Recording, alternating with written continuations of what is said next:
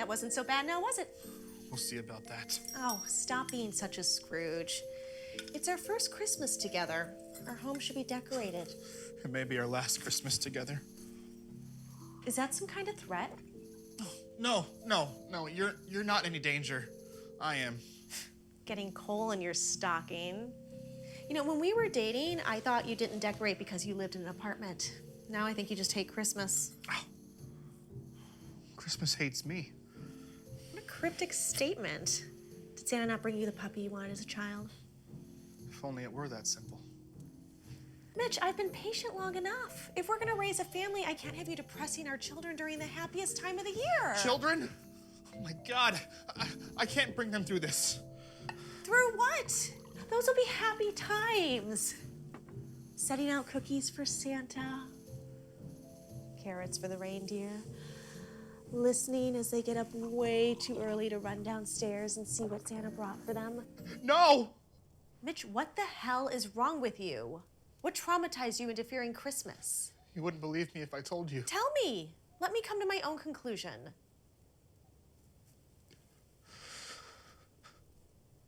Krampus. Krampus. Is that a disease or something? Did one of your relatives die of Krampus on Christmas? I almost died. Of Krampus? Well, you never mentioned this when we discussed family health histories. No, Krampus, it's not a disease. It's a... Can I Google it? No! That might evoke him. Krampus is a man? No. A monster. Oh, God. You were molested at Christmas. Was it the department store Santa? Molestation would have been nothing compared to Krampus. You're gonna have to tell me more, or I'm gonna look it up myself, evoking or not. You've heard of Santa? Who hasn't? Well, this is the anti-Santa. Auntie Santa. No. Anti. Like Antichrist. A bad Santa who touched you in a bad place? He didn't touch me. He did when he grabbed me and stuffed me in his sack. You were kidnapped on Christmas? By Krampus. The anti-Santa. Yes. But baby, Santa's just a mythical figure. Is he really?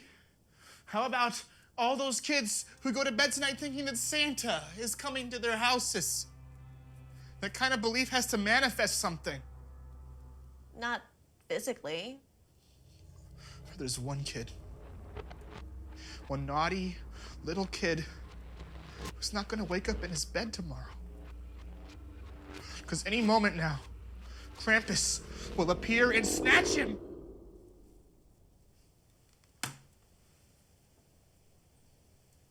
Your parents really did a number on you with these horror stories.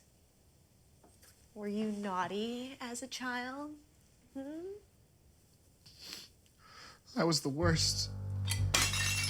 Mean to other kids. I threw tantrums at my parents. I even kicked the dog. You? But you're as timid as a... I don't know, what's something that's timid? Once I escaped Krampus, I was never bad again. Let's start from the beginning. I'm not quite getting who this Krampus is exactly. He's a demon. Or something. Cloven feet. Hair black as midnight. Horns on his head. Twisted and pointed, and his tongue long, pointed, horrible. He drags these heavy chains with him and rattles them as if they're screams from hell. Like Jacob Marley. What? No, nothing like that. Oh, God. I'll never forget those sounds as long as I live. When did you hear them, those chains? That Christmas Eve. The last one we ever celebrated. I had been very naughty that year. My parents were always forgiving. But Krampus, on the other hand, was not. Are you sure this wasn't just your parents' twisted way of teaching you a lesson? No. It's Santa's way of keeping children in line. On Christmas Eve, Krampus visits the naughtiest children and scares them into being good. But the worst child, he will snatch, toss in his sack, and take back to his lair where he'll devour him for Christmas dinner. Then why didn't he eat you? I escaped. From a child-eating demon. How? There was a tear in his sack. I made it bigger and bigger. And when I heard his chains rattling far away, I burst out of his sack and ran like hell. To this day, I have no idea how I outran him or his cloven hooves or he got back to this world, but I did. You were in another world? His lair had to be a part of hell. It felt like a nightmare. I'm sorry to say, baby, but that's exactly what this sounds like. You'd think that, except for the fact that I wound up hundreds of miles away from home. There's no possible way I could have made such a journey by foot or by car.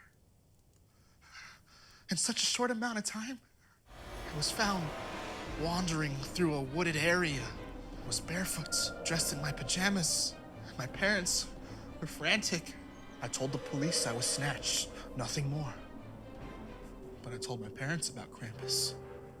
And from that day forward, we never celebrated Christmas again.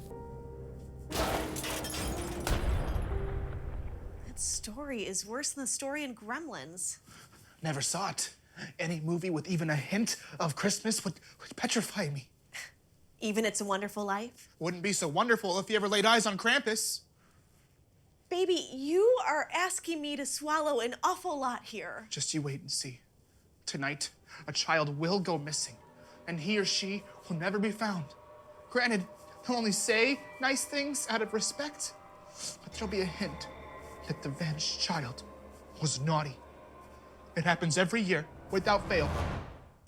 Sadly, kids vanish all the time, not just on Christmas. But tonight, Krampus is out there, looking for tomorrow's dinner. And me.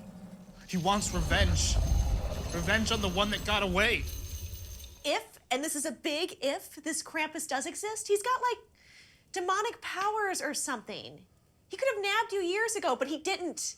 He's forgotten all about you. Something like that doesn't forget. So we moved, stopped celebrating Christmas, and I became the nicest boy you ever did meet. Yes, you are. We passed under Krampus's radar, but now all these lights and decorations. Most of our neighbors have lights and decorations as well. You know what? Maybe Krampus will start at the other end of the block. There's some really naughty children down there. This is nothing to joke about. I get that! But you have something you didn't have the last time you faced Krampus. And what's that? Me, silly. And if any demon comes in here and tries to stuff you into a sack, I'm gonna rip the horns right off of his head! I feel safer already. You're a big boy now, and a nice boy. You learned your lesson. Krampus scared you into being good. There's no reason to come after you anymore, is there? Pride? We all know what pride comes before. Enough talk of holiday demons. Let's talk about holiday spirits. Some spiked eggnog will help calm those nerves. The spikier, the better. Well, it'll be as spiky as, I don't know. What's something that's spiky? Porcupine. One porcupine eggnog. Coming right up.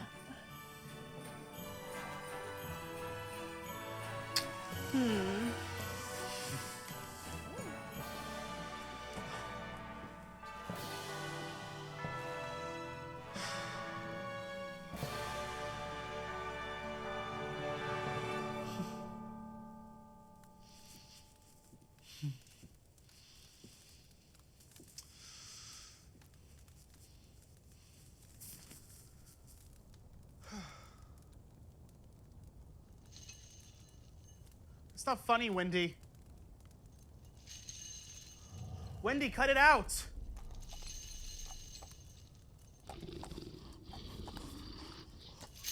Krampus? Krampus? I've been a good boy! I've been a very good boy! I've learned my lesson! Leave me alone! Wendy! Wendy! Wendy!